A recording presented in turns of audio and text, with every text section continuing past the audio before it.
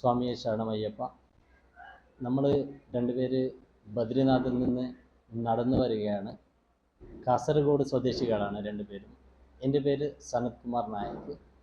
ഇതേപോലെ എൻ്റെ കൂടെയുള്ളത് സമ്പത് കുമാർ ഷെട്ടി.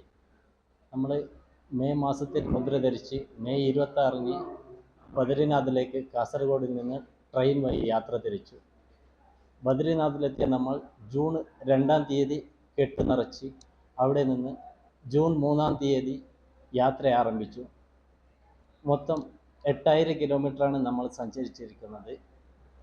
നഗ്നപാതരായാണ് ഈ കാൽനട യാത്ര. ബദ്രിനാഥിൽ നിന്ന് ആരംഭിച്ച ഈ യാത്ര ഉത്തർപ്രദേശിലെ അയോധ്യ, മധ്യപ്രദേശ് ഉജ്ജയിനി, അവിടെ നിന്ന് ഗുജറാത്തിലെ ദ്വാരക, ഒറീസ പുരി ജഗന്നാഥ്, അവസാനം രാമേശ്വരം, തമിഴ്നാട്.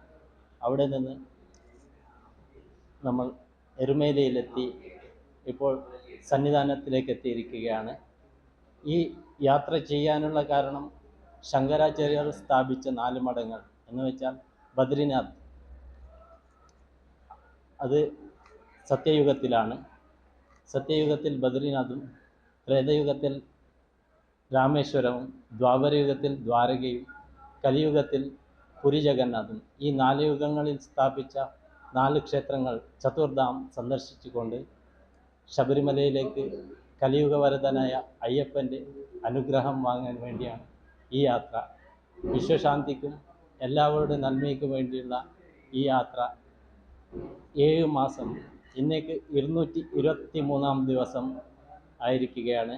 ഇന്ന് ഭഗവാന്റെ പൂങ്കാവനത്തിൽ ചേർന്നിരിക്കുകയാണ്. സ്വാമിയെ ശരണമയ്യപ്പ.